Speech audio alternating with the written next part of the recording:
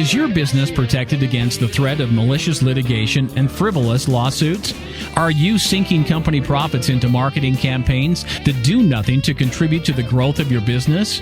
Bottled Business Sense provides practical business perspectives that uniquely emphasize both legal and media marketing strategies to protect and ensure the longevity of your business. And whether you're trying to provide a startup business with some level of stability or an established business with foolproof asset and estate protection, or simply attempting to get a better return for your business marketing dollars, Bill Bernard and Rick Moscoso will expose potential pitfalls to ensure the security and growth of your business, free from unwanted expense and the threat of litigation.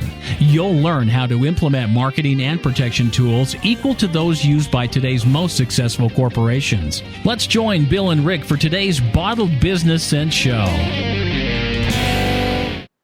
Good morning, everyone. Today is Tuesday here on the Bottled Business Sense show. Welcome back to the show. I'm Rick Moscoso, one of your co-hosts. I have Mr. Bill Bernard there on the other side.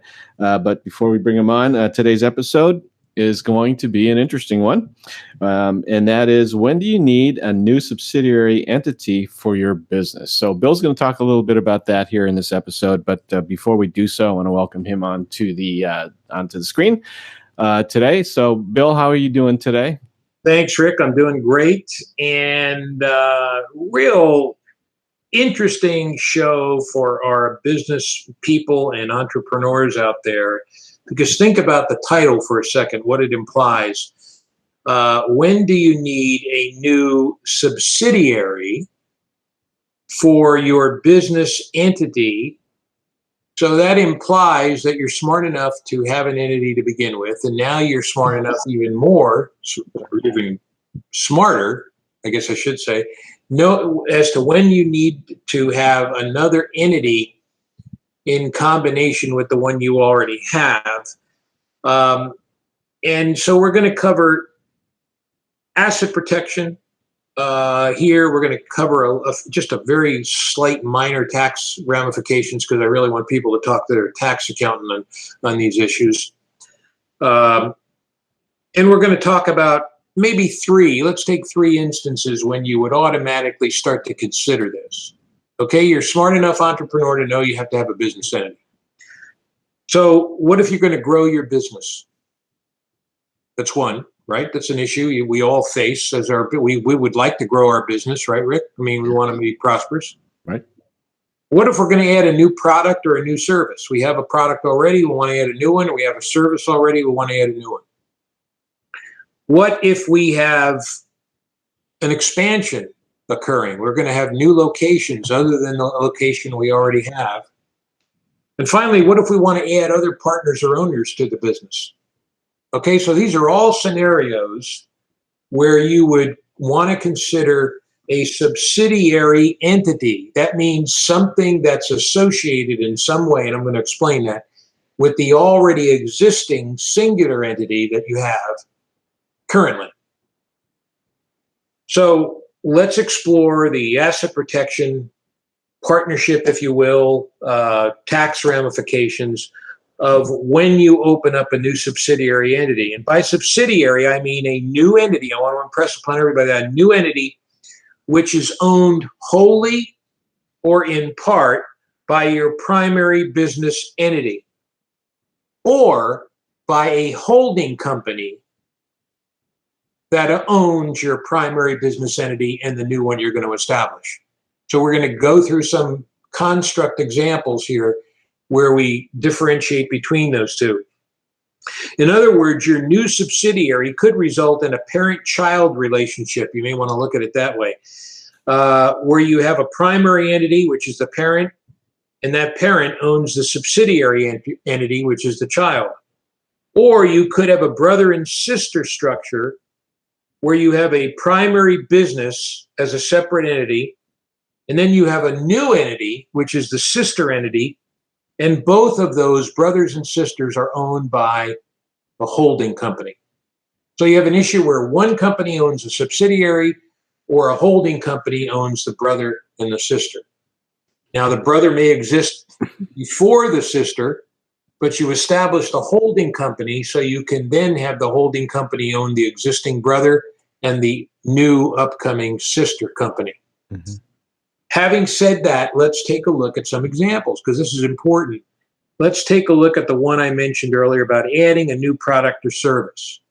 And this will be right in line with some of the things you do, because I know you do a lot of marketing for real estate agents, Rick. Mm-hmm. So you're a real estate broker.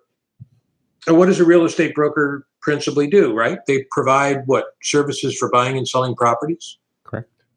And they decide, as some brokers might do, to develop a property management services company. Now they want to manage some of the some of the properties they've bought and sold for their clients, on behalf of their clients.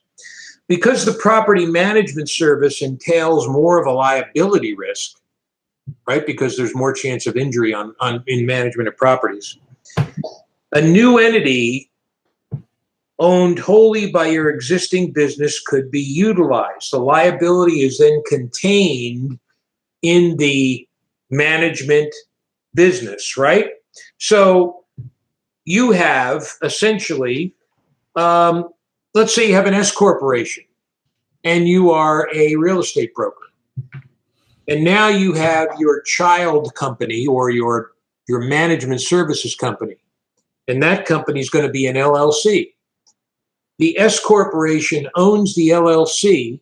If somebody's injured on the property that's owned by the LLC, your liability exposure is limited to the LLC and not to the big business in the S corporation, which is buying and selling properties, right? Mm-hmm. So that is a very critical issue. The income from the new subsidiary, the child, the management services company, flows down through the parent company without a new federal tax return. Why? Because that parent company owns the subsidiary, right? So all of that income flows through to the parent company, and you're taxed by way of S corporation rules. That's not something we're going to get into here. We've talked about that on other shows, and I would rather recommend people see their own accountant for that. Remember what we always said on many shows, Rick, you need what? A marketing guy, an attorney, and a tax accountant on board when you start your businesses.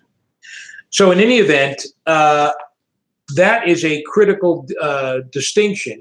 And I have a diagram that you can draw out. Picture this. You got a circle with a business owner in it.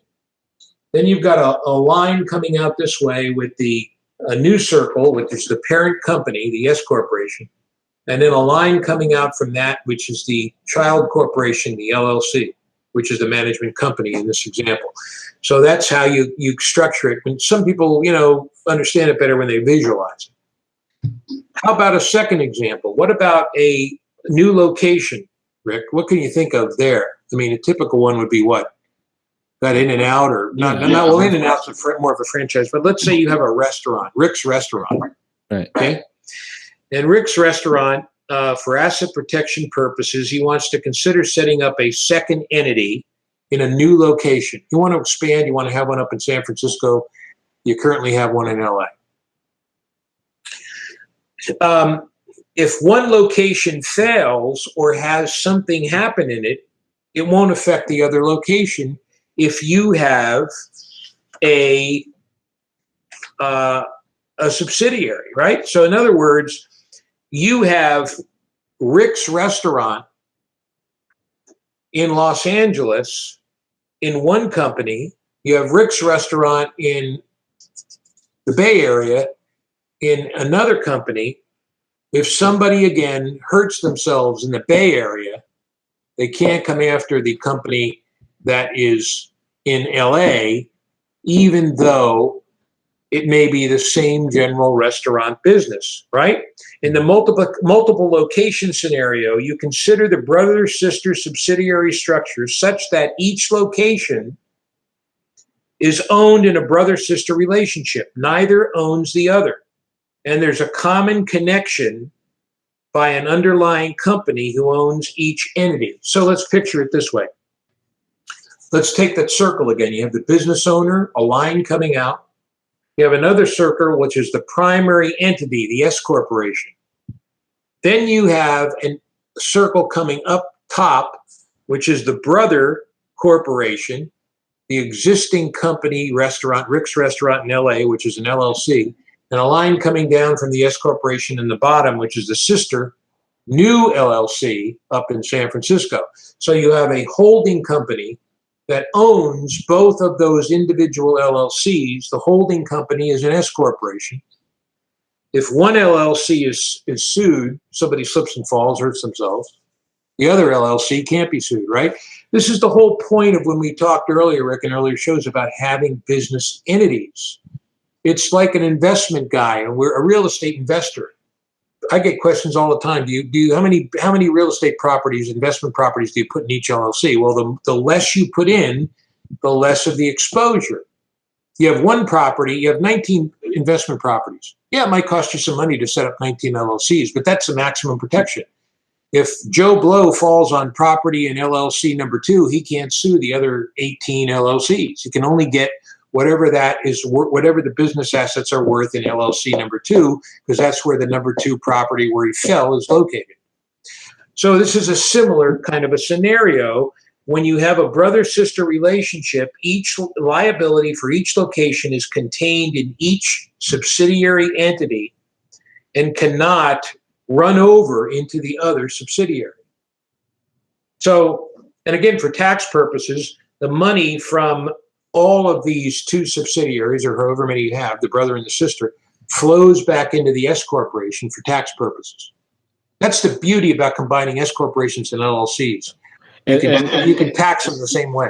In this scenario, it would always be, or you would recommend it always be an S corporation as the holding company?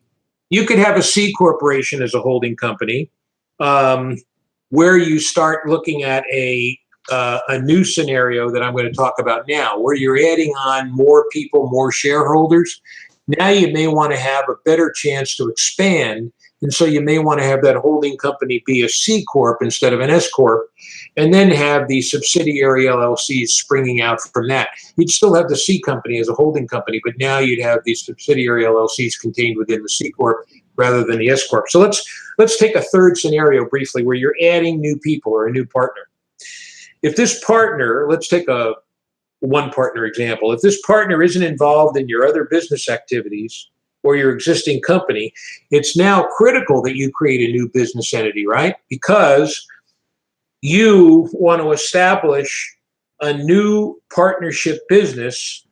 And if you have an existing business that has operational income coming in from one type, and this new guy comes on and he wants to do business with you in a different kind of a venture, but it's not exactly the same kind as your initial existing company. Maybe he doesn't have experience in that area. Well, you're certainly going to want to establish a new LLC for that reason. And you could, again, have the S corporation as a holding company, the first LLC as your business, the second LLC as you and your partner's business.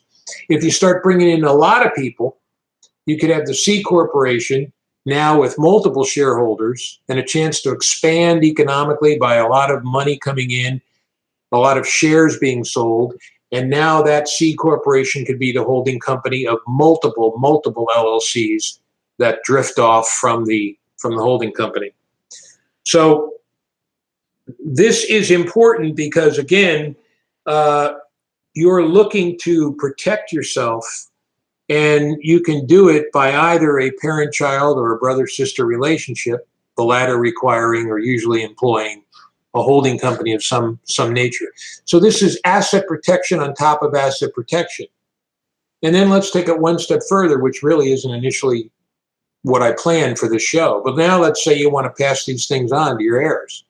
You create a living trust and you put your shares in terms of the corporations you own, and your membership interests in terms of the membership units you own in the LLC into that, what, Rick?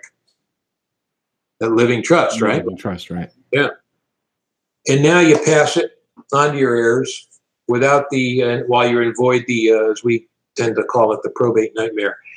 You can even set it up to where you have an irrevocable trust to even add on an extra layer of protection. But again, that's something that's much more intricate and we'll save for personal consultations or or a separate show at some point. But that's essentially what I wanted to get across to everybody.